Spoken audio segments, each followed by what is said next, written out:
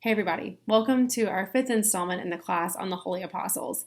This week we're talking about Bartholomew slash Nathaniel, and I'll get to in a minute why he has two names, but I wanted to point out that yesterday, from when I'm recording this, August 24th, was his feast day. So it's the day that we get to celebrate who he was, what he did for the church, and what he did in his ministry with Jesus.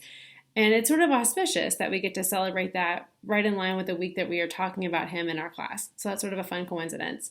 Like I mentioned, he has two names. So in the Gospels of Matthew, Mark, and Luke, he is known as Bartholomew, while in John's Gospel, he's known as Nathaniel. And so we don't actually have a Nathaniel in Matthew, Mark, and Luke, and we don't have a Bartholomew in John. But the reason we think that he's the same person is because, as Marty mentioned last week, he has a close relationship with the Apostle Philip. In John's Gospel, their call story happens together, and in the Synoptic Gospels of Matthew, Mark, and Luke, they're paired off together frequently.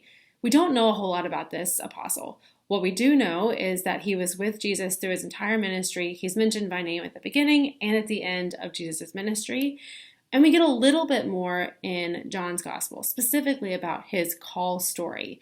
So as Marty mentioned last week, his friend Philip comes to him and says, "I think I've found the Messiah."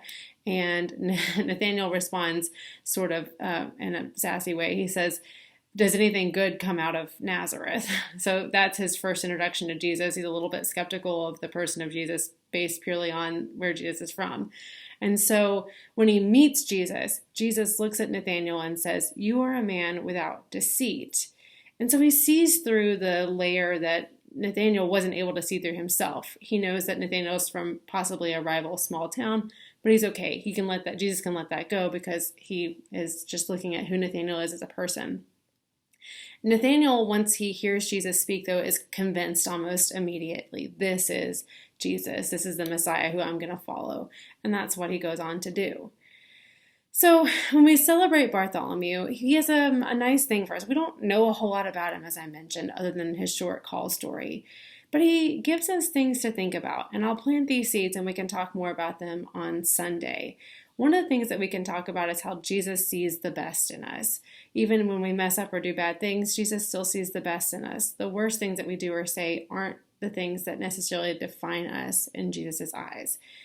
And the other thing that we can sort of really dive into is what it looks like to be one of the unnamed people, what it looks like to do the work, to be involved in ministry, to love God and to love Christ and to do that work with Jesus, but not necessarily have the things that we do remembered forever, and why they still matter and why it's still so important that we continue to do that work anyways.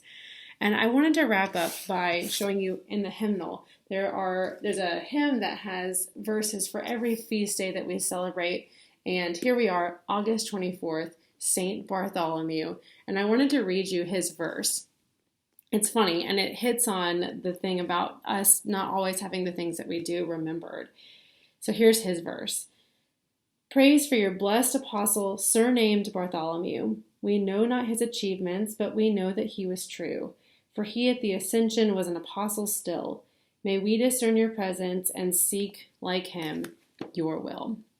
I look forward to discussing more about Bartholomew with you on Sunday, and have a great week.